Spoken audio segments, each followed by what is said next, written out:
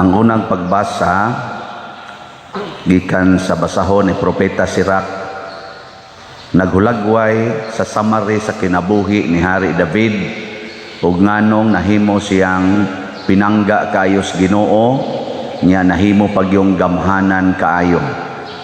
Gikan ra siya sa pagkamanunugway magbalantay og mga hayop, niya nahimo siyang labing dakong hari sa tibuok kalibutan nga iyang gipangbuntog, gipuo ang tanan niyang mga kaaway. Bisag gamay pa siyang bata, iyan ang gipatay katong higante si Goliath. Iyan ang giblungguas liog, ginamit lang ang iyang saplong. Ingon ana ka pinangga sa Ginoo si David. Kini si Jesus nga nakapadisturbo ni Herodes, naghisgutan sa atong ebanghelyo, gitawag ni siya kaliwat ni David, ug mao ni siya ang bag-ong hari nga mopadayon sa pagkahari ni David. Pasabot, nawagtang man tong gingharian ni Hari David, kay nabuntog naman sila sa mga kaaway, dunay mupabangon ni ining maong gingharian.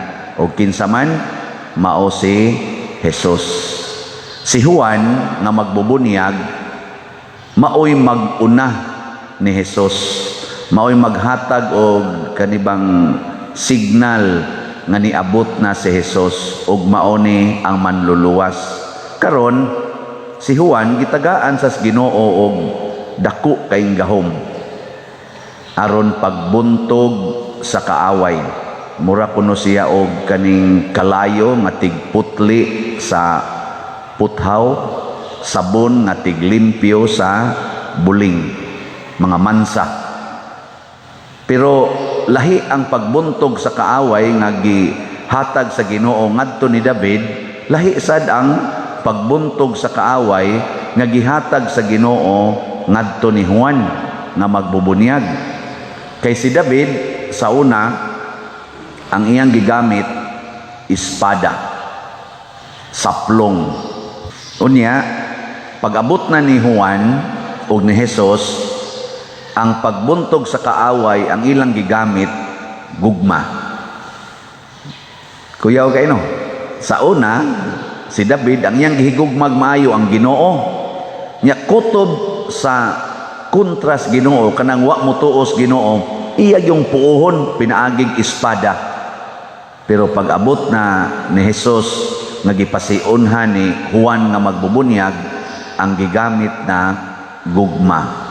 Kung kamo mo ipapilion, hay may inyong pilion nga paagis pagbuntog sa kaaway, kadtong kang David o ang sa kang Juan nga magbubunyag o kang Jesus?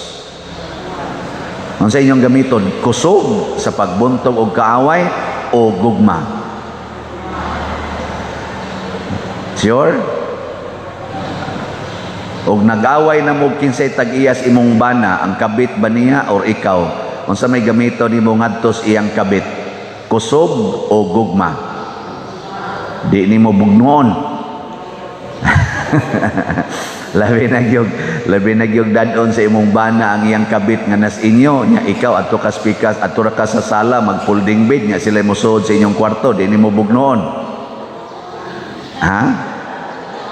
Bugnoon, buangon mo. Hay may mas kusgan ang kusog nga tawhanon aron pagbuntog sa kaaway o ang gugmang Diyos non aron pagbuntog sa kaaway? Hay man anay mas kusgan?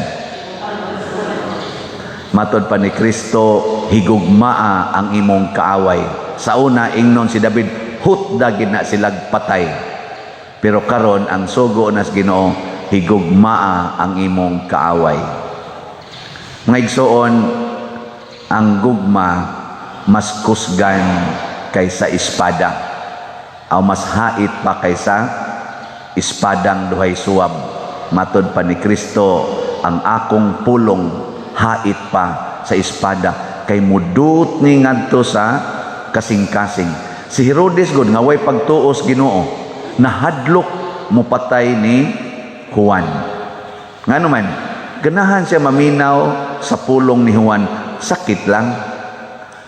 Pero ganahan siya maminaw. Para ragod anang uban, paragod ninyo din ganahan mamutingali mo maminaw sa walis pare, no? Sakit lang kung maghisgot ng mga kilay, mga koral, mga colors buhok, mga inana ba? Nabitay ni text na ako, ingon din siya, Pader, ikaw ba magsikag wali ang kiskisan ang kilay, ibton ang kilay, nga ngilad na siya. Ikaw nagpatupi mo lagi ka. Marag ko ano? Sa inka magsikag 2 months kabubuton sa Ginoo. Sa may kabubuton sa Ginoo nato, ningon man go to the world and multiply. Ikaw lagi, wa man lagi ka magbinyo. Mura bi ako katuhuon sad. Nako, di na lang ka ako magpatupi no nya. Ang binyo. Kalami ana. Pero sakit-sakit wala kong hawak ron. Muna, kung sa may lungtad, kung ikaw nangiskis kas imong kilay kay gisugo kas Ginoo, okay ra gina. Okay ra gina. Kung namutol ko sa kong buhok kay gisugo sa Ginoo, okay ra gina siya. Nya unsa may timailhan nga gisugo tas Ginoo, basta wa maguba ang nature. Para gud na to mga kahoy diha ngano man naputla ang kahoy nga naa sa nisodag eskarsada, pero okay rag pulungan ngano man kay nature sa kahoy mutubo ra man na siya, mutubo. Kung ang iyang nature mutubo nya imong pulungan, okay ra na siya. Nya ang buhok unsa may nature tubo, ang kukong mutubo, paspas mutubo, ang kilay hapit way tubo. Naaragin na siya sukod. Ang kilay ba? Kay ang kaniya kong kilay og wapa ni sukod, ani ang tabo na ni sa kong mata. Naara na siya sukod og imo na siyang kiskison inigtubo ana niya. Kutob ra na siya diha sa to padili siya makahasol, pero kani akong buhok og di ko ni putlan, mutabon na ri, mutabon diri, hasol na kaistanan. Ay noon, Pader Arnel, may putol-putol siyang buhok, yung magipatasan. Basig mo sa na gusto niya. Pero ako kay katol mga istanan. Anak niya, kung kuko, dili putlan, musaka magmayo, hangtod na noon, mura na noon ko diri o kuan, majikiro. Tagas na kay kuko. Ano, si Uban magpatagas, pero tagsara, muhasol ba? Niya, kung putlan, may problema, kay sunod simana, sunod buwan, naman sad. Way problema. So, ma-alter ang nature. Pero imo ganing kiskisan imong kilay, ilisan imong badlis, imo na nang gi-alter ang nature, peligro na na. Di ba? Imong buhok, imong kuluran, gi-alter na nimo ang nature na gihatag. Anything nga mo alter og nature, supak sa kabubutos Ginoo, og dunay katalagman nga moabot. Basta i-alter ang nature. Sa ako sang pagka lalaki, wa ko nagminyo, naguba di akong pagkalalaki. Wa jud maguba. Sige, testingi. Now na tong naguba ba? Pero wa man sad makasupak sa kabubuton sa Ginoo kay si Kristo, si San Juan, si San Pablo, San Pedro ug uban pa, wa man to si San Pedro naminyo to, pero iyan gibiyaan yang asawa. Ang mga apostoles, wa man to mo nagminyo. Nga naman, ang ilang gimultiply, dili persons, kung dili believers. Duha man sa na i-multiply. I-multiply ang persons, i-multiply sad ang believers. Mo nang naingon si Kristo, go to the whole world and preach the good news. Og himua silang tanan nga akong mga tinun-an. Anya kung mugoto ka sa whole world, nya minyo ka. Matod pa sa atong ebanghelyo, matod pang San Pablo, biyae gid ang tanan. Musunod gay kanako, biyae gid ang tanan. Awa na makasupak. Ako lang ning gisgutan kay sama ni Juan nga magbubunyag. Unsa may iyang gipreserve ni Herodes? Ang gipreserve niya ang iyang kinabuhi.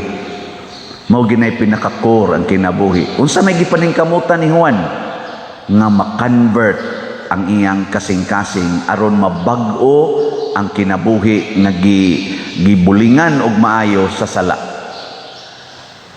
Mo nang moingon ko, ngilad ng mangural, ngilad sa nang mag-colors book, ngilad ng magkiskis kilay, kay basig mudaghan imong sala, basig garbo ang nagsugo niya na, basig vanity, kanang gitawag og worldly, kuan lang, vanities, nga way kapuslanan nga mga buhat, nga dili related sa kaluwasan.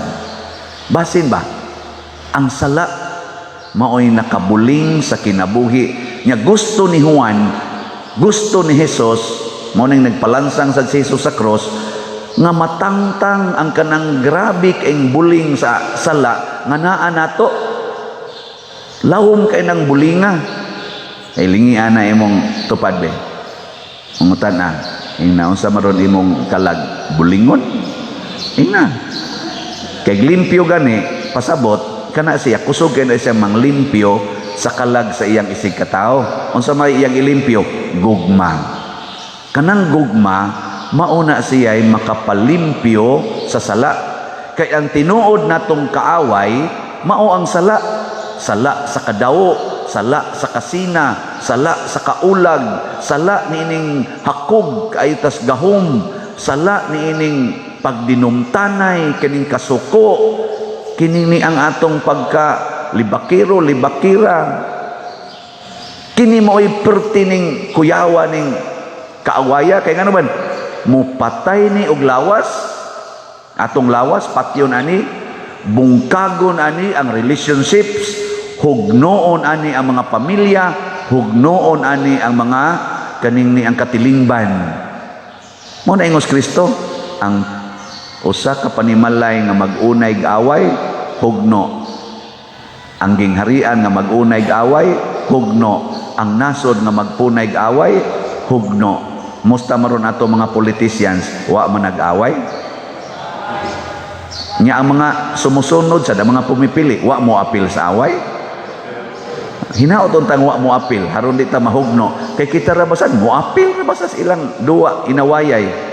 Nang moingon ko pilian ng kandidato nga dili kayo palaaway. Kaya mura man sila pulos naman sila nag-away tingali. Kana lang dili kay tanto palaaway. Para bas imong silingan, moingon lang ka, karigidia, grabe ka palaway, arang-arang na lang ning usa. Ari na lang taring arang-arang. Pulos man palaaway. Orang ngil-ngig kay ni sila. Nya kita din ni simbahan, wa ta mag-away. Ginagmay. Sa away-away ginagmay. O na ato na ni siyang kwaon ang panag-away. Unsa may iilis aron di ta mag-away? Gugma. Ug ang pinaka-powerful ang gugma. Nganuman, bisan ang palaaway, sigihan nimo higugma sa madugay sa madali, muhigugma gina nimo. Unya sad kun di gina siya muhigugma, patyon gyud ka anak niya. Inya inig kamatay na nimo, nga wa jud ka masuko niya. Unsa may sunod? Daghan kaayo ang mutuo nga ang imong paghigugma niya genuine. O labi pagani yung kuan misteryoso kay ini kahumagpatay sa imong kaaway nimo, siya mahimong sumusunod nimo. Muna nahitabo ni San Pablo, paghuban nilang patay ni Hesus og sa mga sumusunod ni Hesus, nadutlan si San Pablo na himong sumusunod ni Hesus nga iyang gipaningkamutan sa pagpatay. Natanawan ng imong bana, patyon kas konsumisyon, or imo bakang asawa, patyon kas konsumisyon. Pagpakamatay sa kasakit o sa kalipay, tanawa, inikamatay nimo, maghilak-hilak na og di sa na maghilak-hilak, kay portigid anang buanguna, mura ginag si Herodias, or mura nag si Herodes, ipabutang pagbandihado ang oo ni Juan. Kung di gina sila muhilak, daghan kay mga kasing-kasing nga matandog tungod nimo og igo na paras Ginoo. Kay bisan gani kunog makapabalik tag usa ka makasasala ngadtos Ginoo, bisag usa lang ang atong sala malimpyo og makasud tag langit. Bisag usa lang. So nang ka magpakamatay ka para sa imong bana, siguro gyud ko ang unag yung matandog, ang imong anak. Ang imong anak, hala, si mama, wa gyud musukol ni papa, bisag iparok-parok sa bongbong. Nya magsige ra gyud ingong, I love you for better or for worse. Unsa ka ikasulti sa imong anak no, hangtod ka namatay? Nya labi na mo biya magitong bana og hapit na ka mamatay, biyaan man ka ato kay hadlok man tumakiha, di ang mga anak na mo imutabang nimo. Nya magsige ra gyud kag ingon, kamudong day higugma agid na inyong papa ha. Higugma agid na. Tan-awa giunsa nako siya paghigugma. Nga dili gay na nako siya kadugo. Kamo dugo gid mo sa inyong papa ug akong dugo. Higugma agid na inyong papa. Pasayloa siya siyang gibuhat nga rin ako. Pastilan ang kasing-kasing sa imong mga anak. Mura gid naglumsan sa sana limpyuhan og mayo no. Unsa di mamumuto?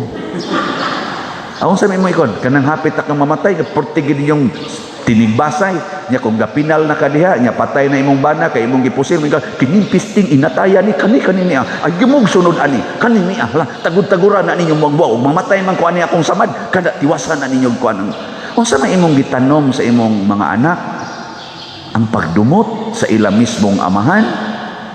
Si San Juan nga magbubunyag nagpakamatay para ni Hesus, para sa Ginoo, pinaagi sa paghigugma sa kaaway. Gipakita niya why resistance sa pagpakamatay ug hangtod karon ang mga tawo nagpakamatay sama ni Juan, sama ni Hesus, nahimong mga bantugang, mga tigpasangyaw o tigpalambo sa atong tinuhuan. Kaya nga naman, kabubuton sa Dios nga moingon, there is no greater love than to lay down your life for your beloved. Nindot kay nastanan. O na, ato ning suwayag sunod ha. Sige, manindog ta.